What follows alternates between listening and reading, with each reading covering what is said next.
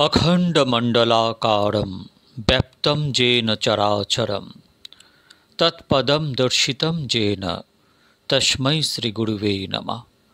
अनाद्यं परमाराध्यं शिवशक्तिस्वरूपिणीं प्रत्यक्षं सद्गुरुरूपां चिन्मयीं परमेश्वरीं शिष्यहृदिविहारिणीं भुक्तिमुक्तिप्रदायिनीं नमामि श्रीगौरेश्वरीं दामोदरविलासिनीं। वागीषद्याः शूरगणाः सर्वार्थानामुपक्रमे जङ्नत्वा कृतकृत्वा सुस्तं नमामि गजाननम्। मूकं करोति वाचालं पुङ्गुं लङ्घयति गिरिं यत्कृपातमहं वन्दे परमानन्दमाधवं। नारायणं नमस्कृत्य नरं चैव नरोत्तमं देवीं सरस्वतीं व्यासं ततो जयमुदीरयेत्। भक्तगण, आस्वादन करब श्रीमद्भागवतम।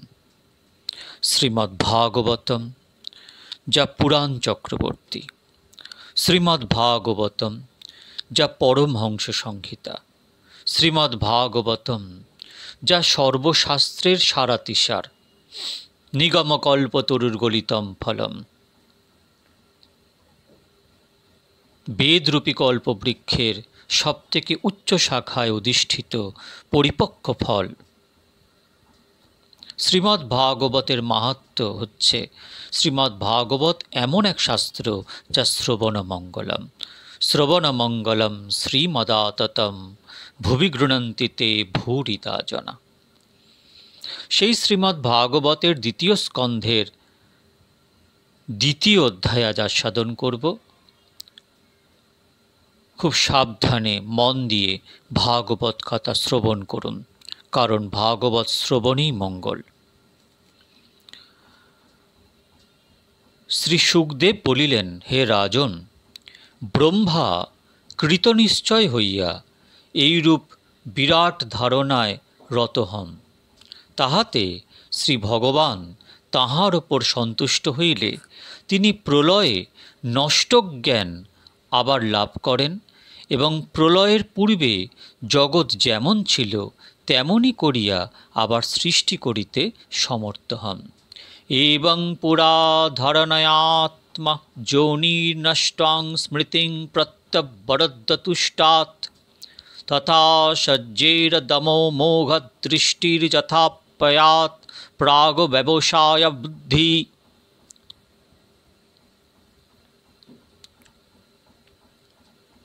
जीवे कर्म प्रवृत्ति बाड़ाइबार जन्य वेदे स्वर्गादि तुच्छ फलेर लोभ देखाइया वेद कर्ममार्गेर व्यवस्था देखाइयाछेन।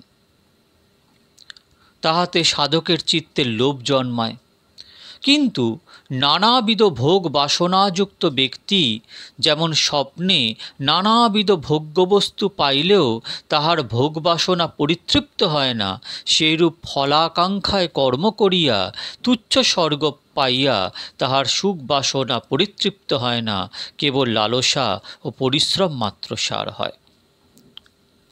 स्वर्ग एवं नरक এই উভয়ই হচ্ছে নরক তুল্য।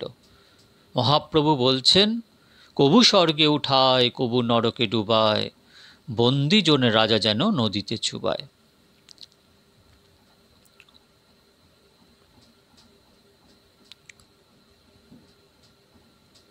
এই জন্য বুদ্ধিমান সাধক স্থির চিত্তে সাবধানে নিজের সাধন পথেই অগ্রসর হন এবং দেহযাত্রা মাত্র নির্বাহ করার উপযুক্ত ভোগ্যবস্তুর সম্বন্ধ রাখেন। যারা বুদ্ধিমান হন, স্থির চিত্ত হন, তারা সাবধানে কি করেন, নিজের সাধনার পথে অগ্রসর হন এবং দেহযাত্রাতে যতটুকু দরকার ততটুকুই সম্বন্ধযুক্ত হয়। তাহাতেও যদি অন্য কোনো উপায় সিদ্ধ হয়, তাহা হইলে আর ভোগ্যবস্তু সংগ্রহের পরিশ্রম স্বীকার করিতে হয় না।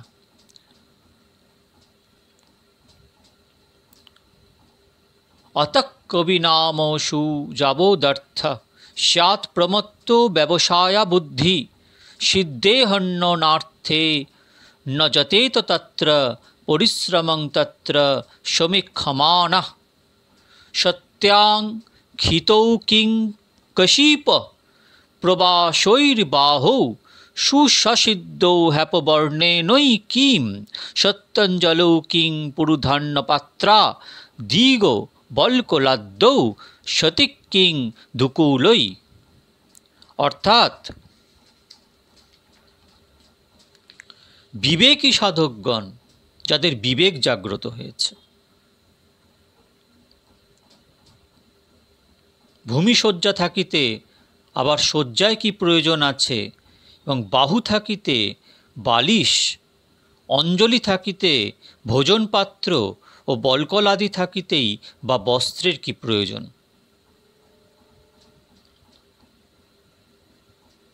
যতটুকু দরকার ততটুকু, আমার কাছে যেটুকু আছে, হ্যাঁ, তাতেই আমি সুখী, তাতেই আমি খুশি, এর বেশি কিছু আমার চাই না। যারা বিবেক জাগ্রত হয়েছে।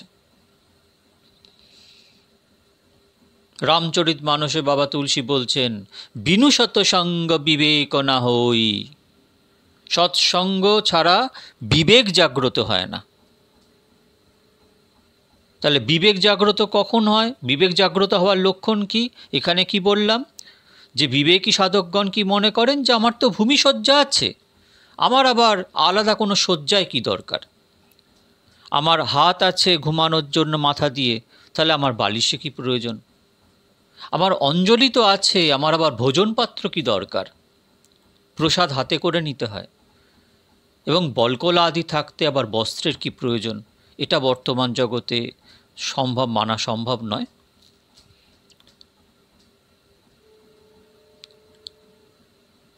তো বিনু সত্যসঙ্গ বিবেক না হই, রাম কৃপা বিনু সুলভ না সই। রামের কৃপা ছাড়া এটা সুলভ হয় না। অর্থাৎ ভগবত কৃপা এলেই তবে সে বিবেক তার জাগ্রত হবে, তার আগে না।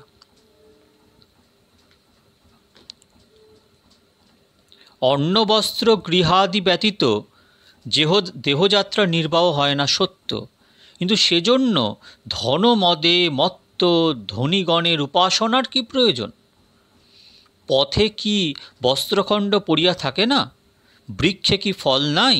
নদী সরোবর প্রভৃতি জলাশয় কি শুষ্ক হইয়া গিয়াছে? পর্বতের গুহা কি রুদ্ধ হইয়া গিয়াছে? শরণাগত পালক শ্রী গোবিন্দ কি শরণাগত পালন ব্রত ত্যাগ করিয়াছেন? শ্রী গোবিন্দ ভজনই জীবের একমাত্র কর্তব্য। জীবের একমাত্র কর্তব্য কি? একমাত্র কর্তব্য হচ্ছে গোবিন্দের ভজন করা। তিনি আবাহনাদির অপেক্ষা না করিয়া সর্বজীব হৃদয়ে সদা বিরাজিত। তিনি সকলের আত্মা, গোবিন্দের কাছে, গৌড়ের কাছে কখনো কোনো ওই নিয়ম কানুন নেই। অন্য দেবদেবীর কাছে অনেক নিয়ম কানুন আছে, এই দেবকে এই মন্ত্রে স্তুতি করো, এই ফল দাও, দেবীকে এই লাল শাড়ি দাও, অনেক রকম নিয়ম আদি আছে, এটা পালন করো, না করলে এটা তার ফল হবে। কিন্তু ভগবত রাজত্বে, গোবিন্দের রাজত্বে, গৌড়ের রাজত্বে কোনো নিয়ম কানুন নেই। সেখানে শুধু প্রেম, সেখানে শুধু ভালোবাসা।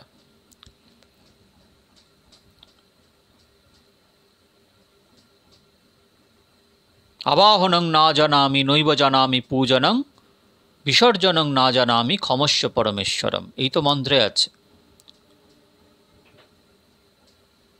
তিনি সকলের আত্মা, সুতরাং পরম প্রিয়। তিনি অবিনশ্বর, তাহাকে ভজিতে লেশ মাত্রও নেই। দৃঢ় সংকল্প হইয়া তাহার ভজনে রত হইলে আপনা আপনি অবিদ্যায় নিবৃত্ত হইয়া যায়। যাবৎ দেহেতে আছে প্রাণ, যতদিন দেহেতে প্রাণ আছে ততদিন পর্যন্ত ভগবানের ভজন করে যান।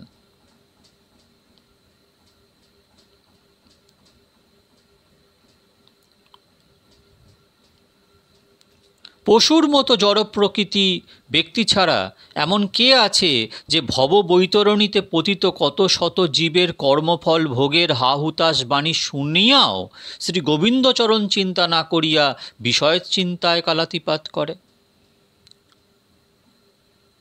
মহাপ্রভু তার শিক্ষাষ্টকের প্রথম শ্লোকে বলছেন,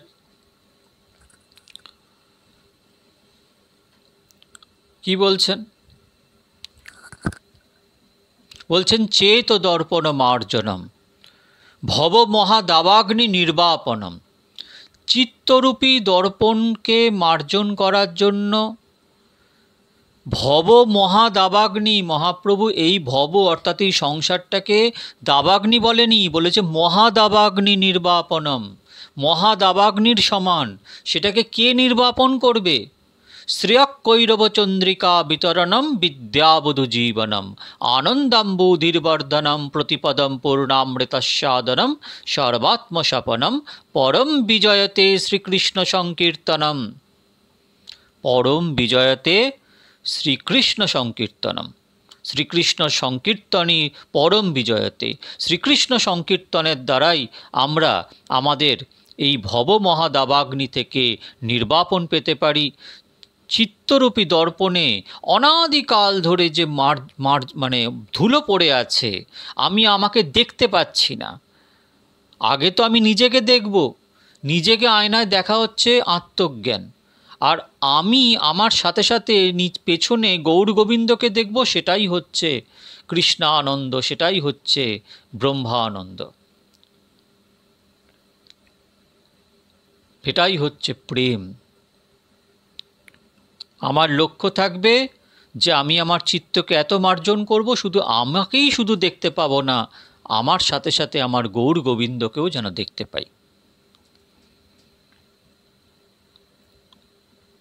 তাই মহাপ্রভু যখন তপন মিশ্রকে শিক্ষা দিচ্ছেন, বলছেন কলিযুগ ধর্ম হয় নাম সংকীর্তন।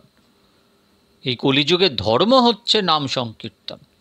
কৃতে চ ধায়তে বিষ্ণু ত্রেতায়া যজতে মখৈ দাপরে পরিচর্যায়াং কলি তদ হরিকীর্তনাথ। কৃতে মানে সত্যযুগে, সত্যযুগে ধায়তে বিষ্ণু, বিষ্ণুর ধ্যান হচ্ছে যুগধর্ম। ত্রেতায়াং যজতে মখৈ, ত্রেতা যুগে কি না যজ্ঞ, যজ্ঞ হচ্ছে যুগধর্ম। দাপরে পরিচর্যায়াং, পরিচর্যা মানে পূজা, পাঠ পূজা, এসব হচ্ছে দাপরের যুগধর্ম। আর কলি তদ হরিকীর্তনাথ, এই কলিযুগে হরিকীর্তনই একমাত্র ভগবানের নাম রূপ গুণ লীলা ধাম ও পরিকর, এর কীর্তন মনন চিন্তনই হচ্ছে আমাদের যুগধর্ম। এবং এতে কোনো নিয়মকানুন নেই, দেশকাল নিয়ম নেই, সর্বসিদ্ধি হয়, এর কোনো নিয়মকানুন নেই। মহাপ্রভু বলছেন নাম নাম কারি বহুধা নিজ সর্বশক্তি সত্রার্পিতা নিয়মিত স্মরণে না কাল এতাদৃশ তব কৃপা ভগবান মমাপি দুর্দৈব তব মিহাজনী নানুরাগ। অনেক লোকের বাঞ্ছা হয় অনেক প্রকার, কৃপাতে করিল বহু নামের প্রচার।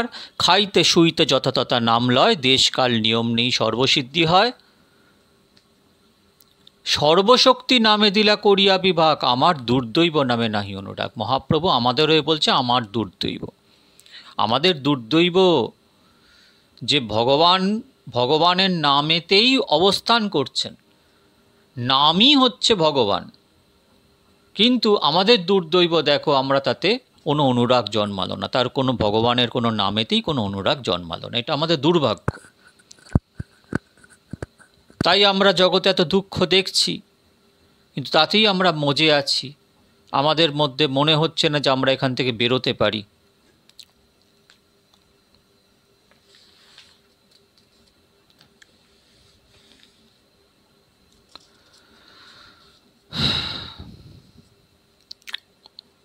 কোনো কোনো ভাগ্যবান সাধক নিজ হৃদয় আকাশে চির বিরাজিত চতুর্ভুজ পদ্মচক্র শঙ্খ গদাধর অন্তর্যামী পুরুষে চিত্ত ধারণা করিয়া থাকেন। এদের মধ্যে কারো কোনো ভাগ্যবান জীব তার আজ্ঞাচক্রে ভগবানের শঙ্খচক্র গদাপদ্ম আদি তার যে চতুর্ভুজ রূপ আছে তা স্মরণ করেন, ধ্যান করেন। তাহার বদন সদা সুপ্রসন্ন, পদ্মপত্রের ন্যায় নয়ন, কোটি দেশে কদম্ব কেশর সদৃশ পীত বসন। এটা ধ্যানের মধ্যে সে দেখবে। মহারত্ন খচিত স্বর্ণ অঙ্গ দেহে বাহু চতুষ্টয় পরিশোভিত, মস্তকে মহারত্ন খচিত কিরীট, কর্ণে কুণ্ডল দোদুল্যমান, চরণ পদ্ম যোগেশ্বরগণের হৃদয় পদ্মে স্থাপিত, বামস্ত অনর্ধে লক্ষ্মীরেখা, গলদেশে অম্লান পুষ্প গথিত বনমালা, কোটিতে কিঙ্কিণী, অঙ্গুলিতে অঙ্গুরীয়, মণিবন্ধে কঙ্কণ, চরণে নূপুর, স্নিগ্ধ নির্মল ঘন কুঞ্চিত কেশকলাপে হাসিমাখা বদন সুশোভিত, হাস্য কটাক্ষ অপার করুণার পরিচয় প্রদান করিতেছেন। চিন্তামাত্রেই হৃদ আকাশে সমুদিত পূর্ণচন্দ্রনিভ এই অন্তর্যামী পুরুষে চঞ্চল চিত্তকে যতক্ষণ বাঁধিয়া রাখা যায় ততক্ষণ মানস দৃষ্টিতে এই সুমধুর রূপরাশি নিরীক্ষণ করাই কর্তব্য।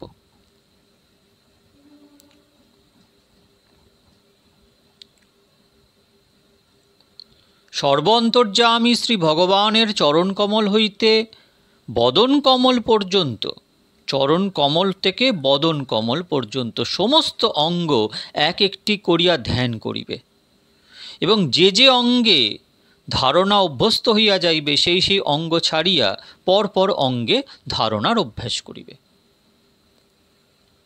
চরণ থেকে বদন অবধি প্রত্যেক অঙ্গকে ধরে তাকে ধ্যান করবেন।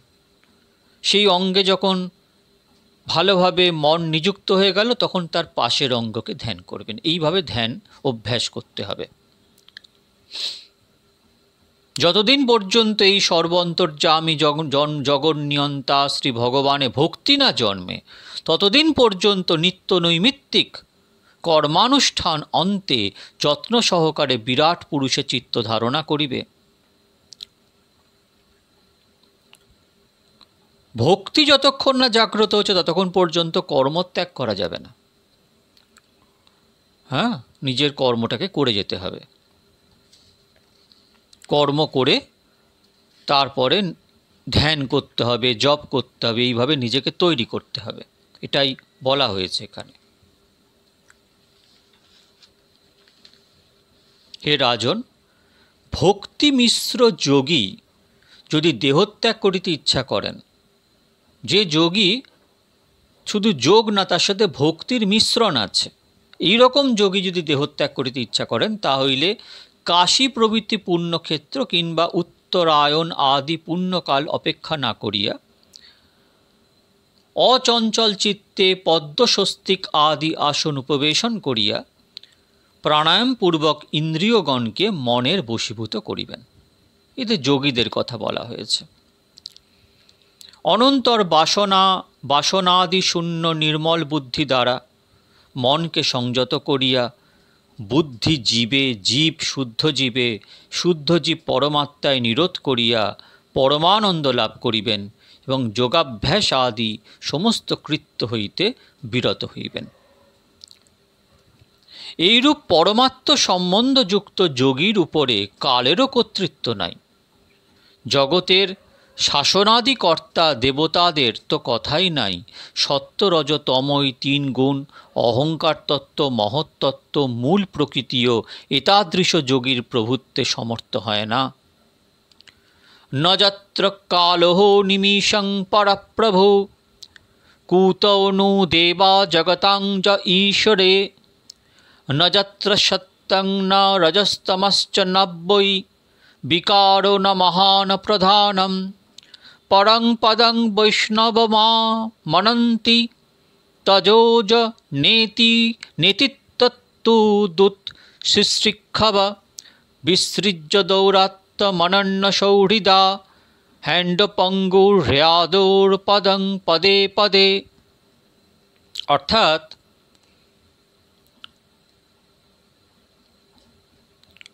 জাগতিক কোনো বস্তুই পরতত্ত্ব নহে। নেতি নেতি এই বিচারে জড় সম্বন্ধ পরিত্যাগী ভক্তিমিশ্র যোগীগণ আত্মা ও ভগবানের অভেদ দৃষ্টি না করিয়া ক্ষণে ক্ষণে শ্রী গোবিন্দ চরণারবিন্দ হৃদয় ধারণা করিয়া শ্রী গোবিন্দ সম্বন্ধ শূন্য বস্তুর সম্বন্ধ ত্যাগ করিয়া যে প্রকৃতির অতীত পথ প্রাপ্ত হন, তাহাই শ্রী ভগবানের নির্বিশেষ স্বরূপ যোগপ্রাপ্ত বৈষ্ণব পথ।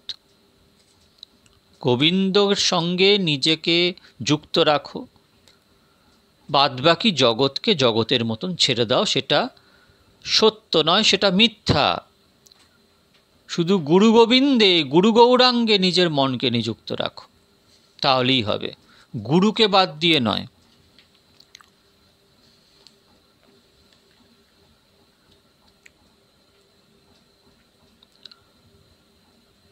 শাস্ত্রজ্ঞান বলে, বিষয় বাসনার মূলোচ্ছেদ করিয়া যোগাভ্যাসে পরমাত্মনিষ্ঠ যোগী এই প্রকার দেহত্যাগ করেন। যথা প্রথমত পাদমূল দ্বারা মূলাধার রুদ্ধ করিয়া প্রাণবায়ুকে ক্রমে ক্রমে নাভি প্রভৃতি 6 স্থানে তুলিয়া লইবে। প্রাণবায়ুকে মূলাধার হইতে নাভিদেশস্থ মণিপুর চক্রে আনিয়া সেখান হইতে হৃদয়স্থ অনাহত চক্রে স্থাপন করিবে। সেখান হইতে উদান বায়ুর সঙ্গে সঙ্গে কণ্ঠ নিম্নস্থ বিশুদ্ধ চক্রে স্থাপন করিবে। অনন্তর তালুমূলে অনায়ন করিবে। অনন্তর কর্ণোদ্বয়, চক্ষুর্দ্বয়, নাসিকাদ্বয়, মুখ প্রাণের এই 7টি বহির্গমনের পদ রুদ্ধ করিয়া ভ্রূমধ্যস্থ আজ্ঞাচক্রে আনিবে এবং পরমেষ্ঠি প্রভৃতি পথ প্রাপ্তির বাসনা ত্যাগ করিয়া প্রাণবায়ুকে সেখানে কিছুক্ষণ রাখিয়া স্থির লক্ষ্যে সহস্রারে আনিয়া ব্রহ্মরন্ধ্র ভেদ করিয়া বিসর্জন করিবে। এগুলো যোগের কথা, এগুলো শুনে রাখুন। শ্রবণমঙ্গলম, নিজেরা আচরণ করতে যাবেন না। শ্রবণমঙ্গলম শুনে রাখুন, ভাগবতের কথা শুনে রাখা কল্যাণদায়ক, শুনে রাখুন।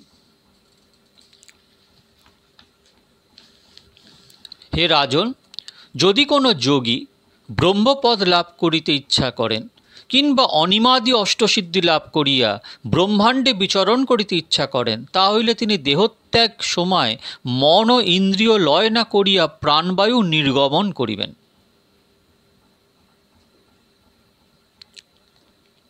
যোগসিদ্ধ ব্যক্তিগণ বায়বীয় দেহ ধারণ করিয়া স্বেচ্ছাক্রমে ত্রিলোকের মধ্যে ও বাহিরে বিচরণ করিয়া থাকেন। যারা যোগে সিদ্ধ তারা দেহটাকে বায়বীয় করে, অর্থাৎ বায়ুর সাথে মিশিয়ে দেয় সেই তত্ত্বকে, করে ত্রিলোকের যে কোনো জায়গায় সে বিচরণ করতে পারে।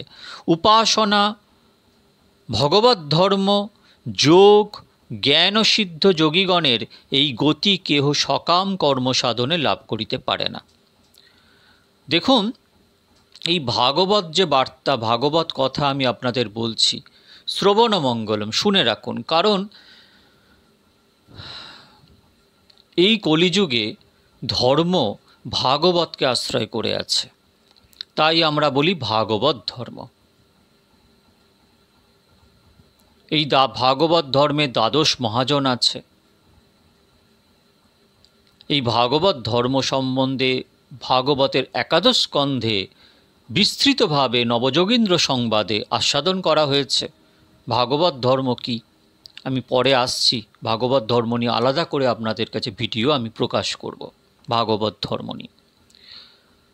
তাই এগুলোকে শুনে রাখবেন, এগুলো পরম মূল্যবান জিনিস, এইগুলো শ্রবণেই মঙ্গল।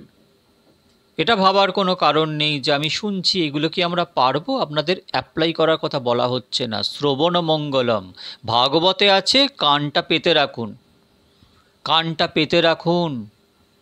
কানের মধ্যে, কানের ঝুলির মধ্যে এইসব বস্তু ভাগবত কথাকে নিয়ে নিন, শ্রবণ মঙ্গল হবে। শ্রদ্ধা সহকারে নিয়ে নিন, মঙ্গল হবে।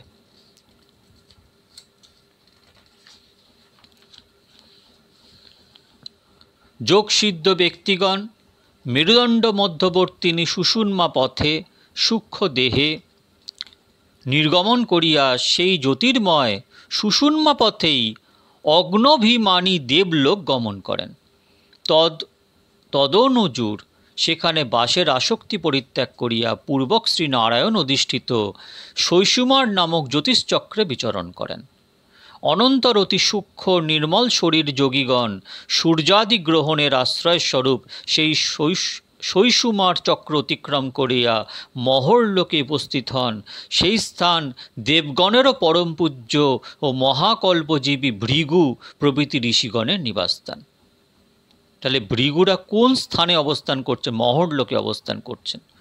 এই শৈশুমার চক্র ভেদ করে সেখানে যেতে হয়।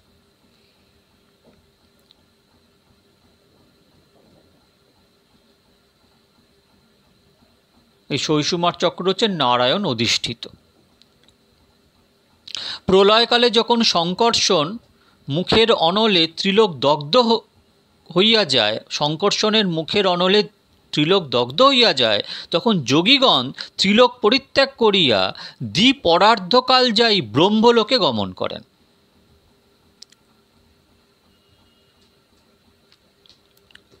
জগতের জীব যোগাদি সাধনে বিমুখ হইয়া অনন্ত দুঃখ ভোগ করিয়া করে বলিয়া ব্রহ্মলোকবাসী যোগীগণ মানসিক দুঃখে কালাতিপাত করেন। জগতের জীব যোগাদি সাধনে বিমুখ হইয়া অনন্ত দুঃখ ভোগ করে বলিয়া ব্রহ্মলোকবাসী যোগীগণ মানসিক দুঃখে কালাতিপাত করেন। তাহা ছাড়া সেখানে জরা, মৃত্যু, শোক, ভয়, উদ্বেগ প্রভৃতি কোনো দুঃখই নাই।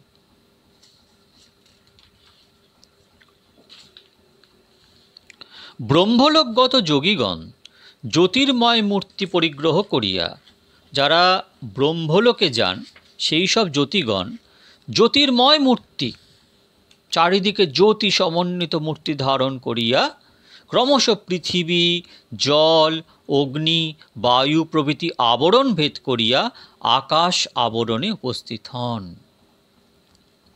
অনন্তর ঘ্রাণেন্দ্রিয় দ্বারা গন্ধ, রসনেন্দ্রিয় দ্বারা রস, দর্শনেন্দ্রিয় দ্বারা রূপ, ত্বগেন্দ্রিয় দ্বারা স্পর্শ, শ্রবণেন্দ্রিয় দ্বারা শব্দ, বাক, পানি, পাত প্রভৃতি কর্মেন্দ্রিয় দ্বারা বচন গ্রহণ ও গমনাদি কর্ম অতিক্রম করেন। এগুলো অতিক্রম করেন, ইন্দ্রিয়ের অতীত হন।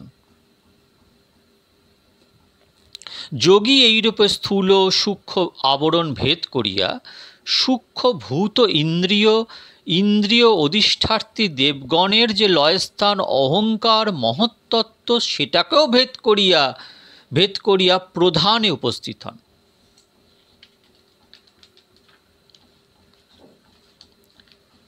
তদনন্তর প্রধান আবরণ ভেদ করিয়া শুদ্ধ জীবস্বরূপে নির্মল আনন্দস্বরূপ পরমাত্ম সদনে উপস্থিত হন। হে মহারাজ, যে যোগী এইরূপ গতিলাভ করেন তাহার আর সংসারে পুনরাগমন করিতে হয় না।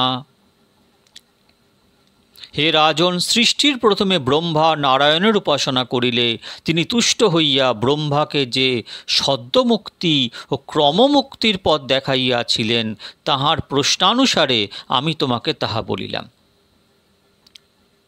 এতে স্মৃতি না নৃপ বেদগীতে তয়াভিপৃষ্টে চ সনাতনে চ যে বৈ পুরা ব্রহ্মণ আহতুষ্ট আরাধিত ভগবান বাসুদেব। যে সাধনে শ্রী গোবিন্দচরণে প্রেম লাভ হয়, তাহা ছাড়া আর সংসারে পরিভ্রমণশীল জীবের সুখময় ও নিরাপদ কিছুই নাই।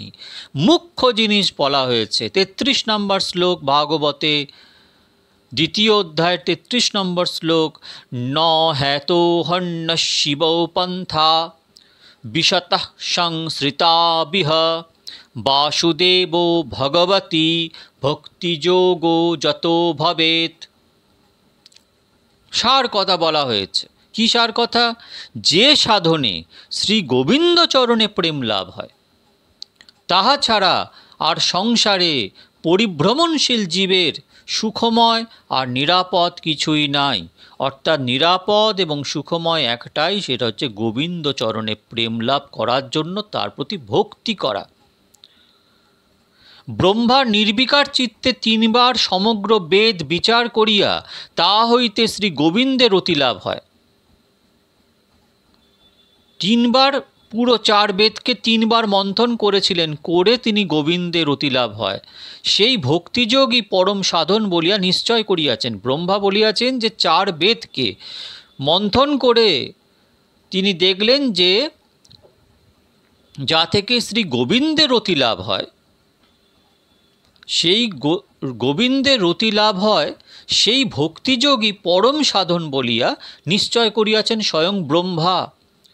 ভগবান ব্রহ্ম কাৎস্নেন ত্রিরক্তিক্ষ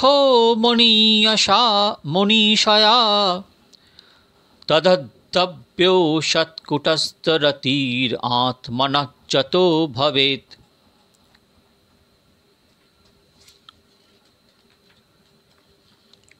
জীবাত্মা এবং পরমাত্মা দুই অনুভব সিদ্ধ বস্তু, কেননা জড়বুদ্ধির প্রবর্তক রূপে জীবাত্মা ও তাহার নিয়ন্তা রূপে পরমাত্মার অনুভব হইয়া থাকে। অতএব হে রাজন, সকলেরই সর্বদা সকল অবস্থাতেই শ্রী হরিকথা শ্রবণ, কীর্তন এবং স্মরণ করা একান্ত কর্তব্য। তস্মাৎ সর্বাত্মনা রাজন হরিঃ সর্বত্র সর্বদা শ্রোতব্য কীর্তিতব্য স্মরতব্য ভগবান নাম। তার পরের শ্লোকে বলা হয়েছে, পিবন্তি যে ভগবত আত্মনঃশতাং কথামৃতং শ্রবণপুটেষু সম্ভৃতম পুণ্যন্তি তে বিষয়ো বিদোষিতা স্বয়ং ব্রজন্তি তচ্চরণো সরোরুহান্তিকম। যে ভাগ্যবান ব্যক্তিগণ সকল বস্তুর আত্মস্বরূপ হরির কথা শ্রবণ মাত্র পূর্ণ করিয়া অহরহ সেই অমৃতপানে রত থাকেন, তাহাদের বিষয় মলিন চিত্ত নির্মল হয় এবং শ্রীহরিচরণ নিকটে গতি হয়। ইতি শ্রীমদ্ভাগবতে মহাপুরাণে পারমহংস্যং সংহিতায়াং বৈয়াসিকাং দ্বিতীয় স্কন্ধে মহাপুরুষ সংস্থানুবর্ণনং নাম দ্বিতীয়োধ্যায়।